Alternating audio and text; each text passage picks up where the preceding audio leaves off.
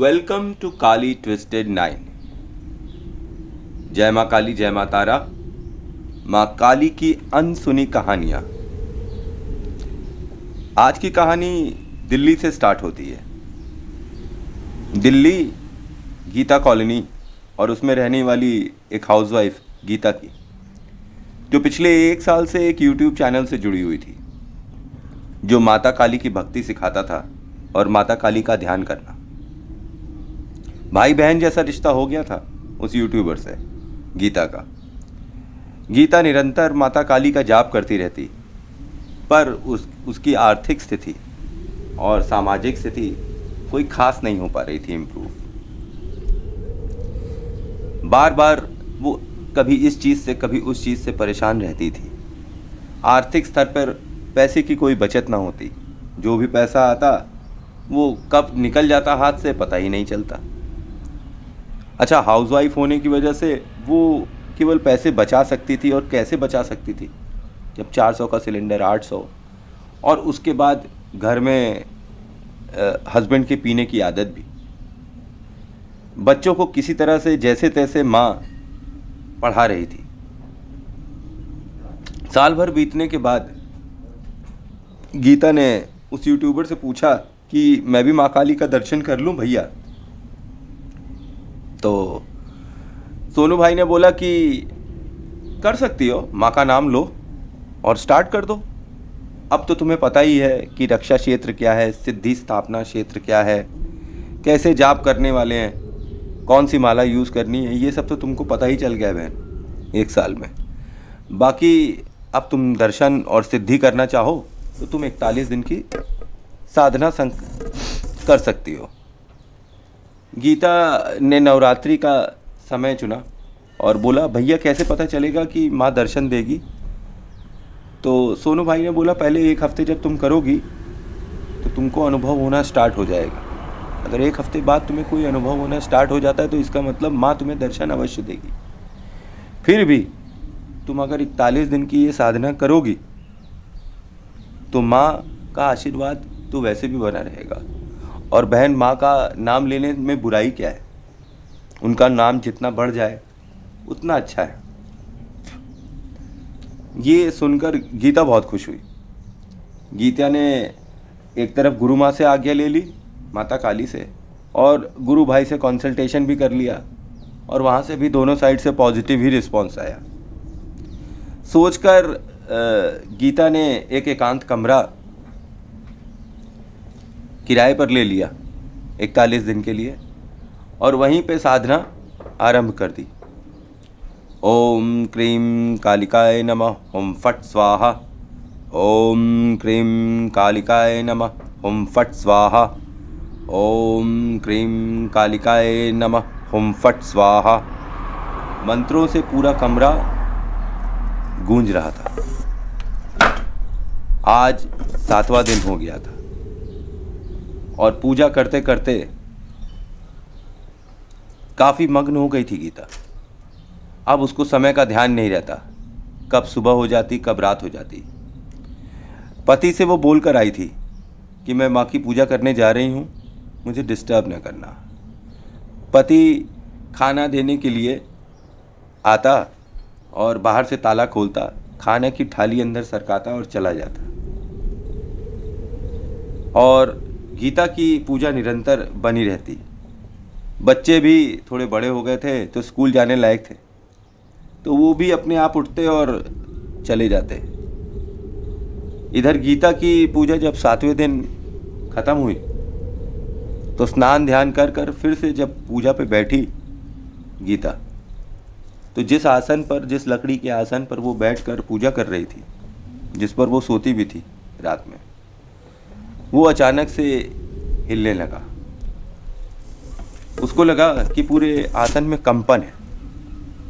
उसके जैसे जैसे मंत्र जाप बढ़ते जाते वैसे वैसे आसन में कंपन होती है।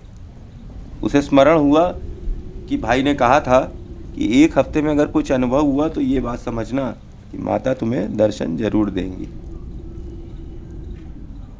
इस कंपन को महसूस करके गीता ने मन में प्रण किया कि माँ मेरी पूरी 41 दिन की ये साधना पूरी कर दो और मुझे दर्शन दे दो। तो अब हर दिन पूजा को नए अनुभव होने लगे। कुंडलिनी शक्ति जो गीता की अभी तक ब्लॉक थी, इस 1 साल में निरंतर जाप करने से खुल चुकी थी। और इस साधना में जब वो जाप करती तो उसकी पीठ में एक सरसराहट सी होती, उसकी रीढ़ की हड्डी में एक झंझनाहट सी होती, उसका आज्ञा चक्र, मूलाधार चक्र, स्वादिष्ठान चक्र, मणिपुर, सब के सब एक्टिव हो चुके थे। जब आपकी कुंडलिनी शक्ति एक्टिव हो जाती है तो जब आप मंत्र जाप करते हैं तो उनका सही अर्थों में फल मिलता है। बिना कुंडलिनी शक्ति जागृत हुए जब आप मंत्र जाप करते हैं तो फल तो मिलता है, पर कहीं ना कहीं जहाँ कुंडलिनी फंसी होती है वहाँ मंत्र भी फंस जाता है।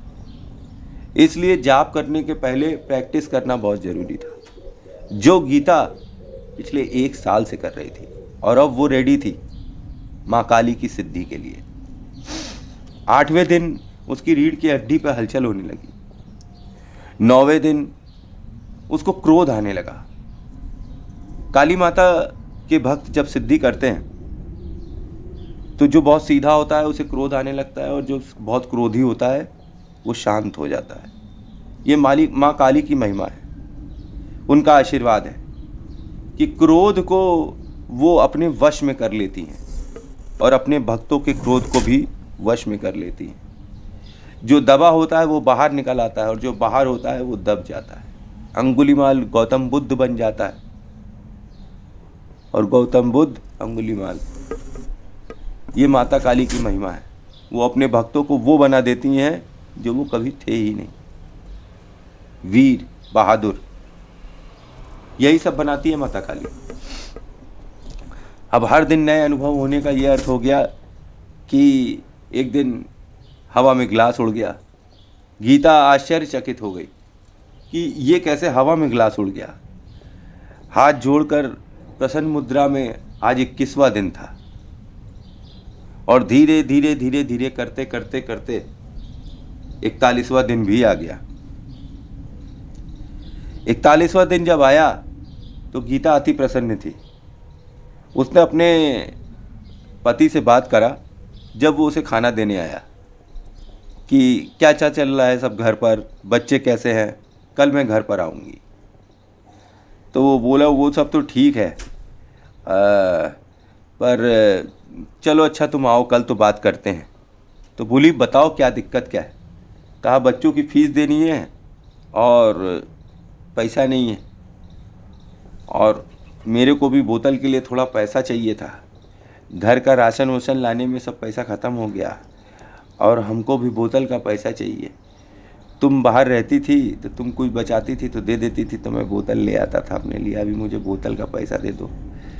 तो वो बोली कि माँ काली की इच्छा होगी तो तुमको सब मिलेगा और सबको सब मिल जाएगा, बस आज मुझे पूजा कर लेने दो और कल मैं घर आऊँगी। तो तुम अपनी इच्छा बोलना, जो तुम लोगों की इच्छा होगी और हमारे परिवार की इच्छा होगी वो सब पूरी हो जाएंगी। तो कहा ऐसा कौन बोला। तो वो बोली ऐसा सोनू भाई बोल रहे थे, और मुझे अडिग विश्वास है अपने भाई पर कि वो जो बोलेगा मेरे लिए वो अच्छा बोलेगा, जो करेगा अच्छा करेगा, क्योंकि उसके लिए उसके और मेरे बीच में कोई स्वार्थ का रिश्ता नहीं। हम दोनों गुरु भाई और गुरु बहन हैं। ये सुनकर उसका पति झल्ला गया। कहा तुम और तुम्हारा ढकोसला है, कहकर वो निकल गया। अब उस रात आखिरी पूजा थी, 41वां दिन था, और 41वें दिन जब पूजा कर कर गीता ने अपनी आंखें खोली तो उसकी आंखें फटी की फटी रह गई। माता काली विराट रूप में 7-7.5 फुट की विराट रूप में, कमर में घंटी बांधे, चीते की खाल बांधे, गले में मुंड माला लगाए और हाथ में खप्पर और कृपाण लिए खड़ी थी। बोली ए तू मुझे इतने दिन से बुला रही है, ले मैं आ गई। अब जैसे ही गीता ने माता को देखा तो उसके तो होश उड़ गए। उसको लगा कि कहीं वो सपना तो नहीं देख रही है कि कलयुग में भी माता के दर्शन हो गए।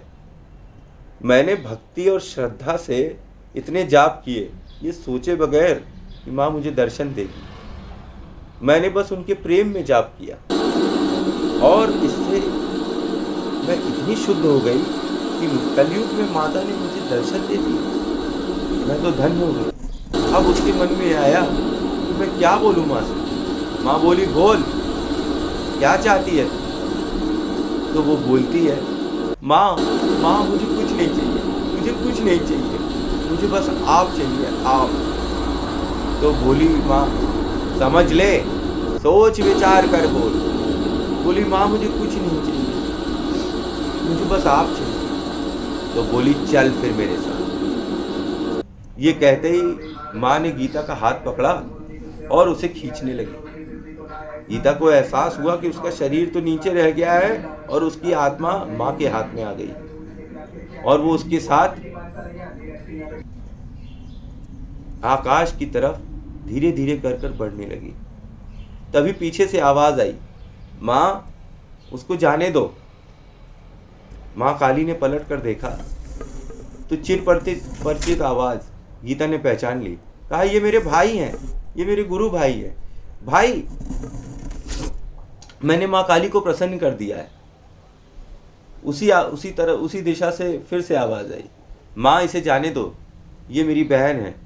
इसने मुझसे वचन का तंत्र नहीं पूछा और मैंने इसे बताया नहीं। इसी कारण इसने तुमसे प्रार्थना कर दी, माँ मुझे कुछ नहीं चाहिए।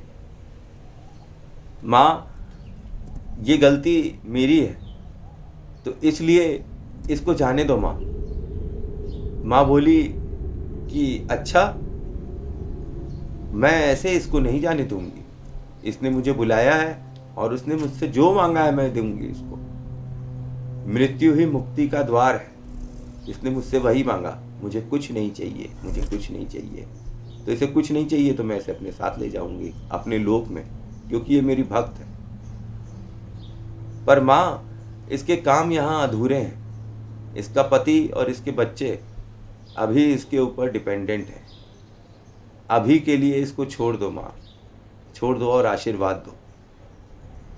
तो माता बोली कि मुझे रोकने के लिए कौन क्या कर रहा है, तू क्या कर रहा है। कहा, माँ मैं अकेले नहीं कर रहा हूँ। मेरे YouTube चैनल से जितने भी लोग प्रार्थना कर रहे हैं वो सब इसके गुरु भाई और गुरु बहन हैं। वो सब प्रार्थनाएं इसकी रक्षा कर रही हैं माँ। मैं हाथ जोड़ के प्रार्थना करता हूँ माँ, हम सब की दुहाई सुन लो। हमने कभी तुम्हारी दुहाई नहीं दी, पर आज अपनी बहन के लिए हम सब दुहाई दे रहे हैं।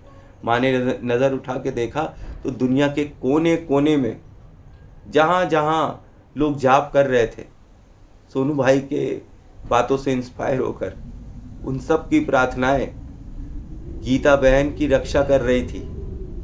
माँ ने प्रसन्न होकर आशीर्वाद दिया और गीता दूसरे दिन 42वें दिन मतलब अपने जब घर पहुंची तो उसे ये जानकर बड़ा आश्चर्य हुआ कि स्कूल में बच्चों के एक चैरिटेबल संस्था आई थी जो बच्चों को स्कॉलरशिप दे रही थी और लॉटरी में गीता के बच्चों का नाम था।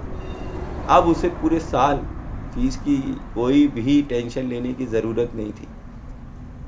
उसे और आश्चर्य तब हुआ जब उसका हस्बैंड आया और बोला कि कल मेरे सपने में एक लंबे बाल वाली सफ़ेद कपड़ों में लाल बॉर्डर की एक सुंदर औरत आई, करीब 30 से 35 वर्ष के बीच में, और बोली, मैं बंगाली माता हूँ बेटा, तुम अपनी शराब की बोतल छोड़ दो, कल से तुम शराब नहीं पियोगे।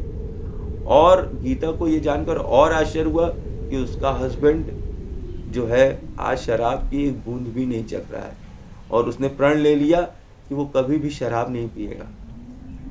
माँ की ऐसी कृपा है कि माँ के भक्त जब साथ होते हैं और एक दूसरे के लिए प्रार्थना करते हैं तो फिर बाल भी बांका नहीं होता है। चाहे हम साथ हों एक साथ शारीरिक रूप से या ना हो, पर मानसिक रूप से जब हम साथ होते हैं तो माँ के गुरु भाई, माँ के सामने गुरु भाई और गुरु बहन एक संगठित शक्ति में खड़े रहते हैं और माँ हमेशा उन्हें आशीर्वाद देती है। Thanks for watching. जय माँ काली, जय माँ तारा। कैसी लगी कहानी? अच्छी लगी?